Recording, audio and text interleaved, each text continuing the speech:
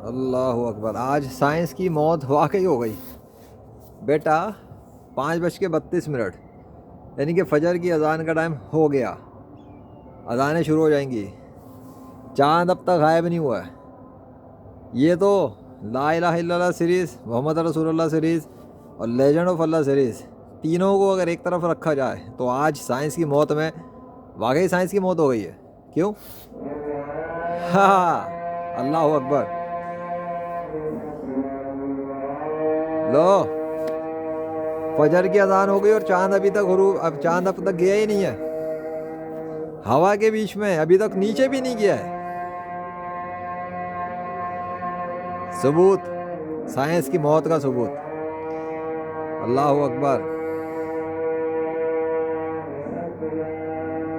क्या माल है। साइंस, वो गर्दिश थम गई या चांद रुक गया या जमीन रुकी हुई है?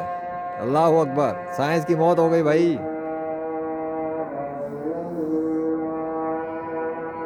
क्या हुआ? बादल नहीं है क्या?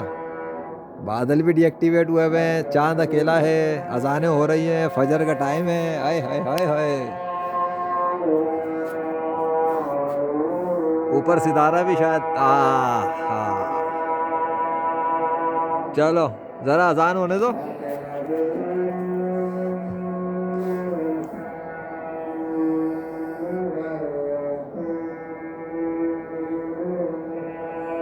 पूरा जरा ये अपने कलमात अदा कर ले, फिर मैं अजान के बाद बनाऊंगा। जरा रुक जाओ, बात करनी है।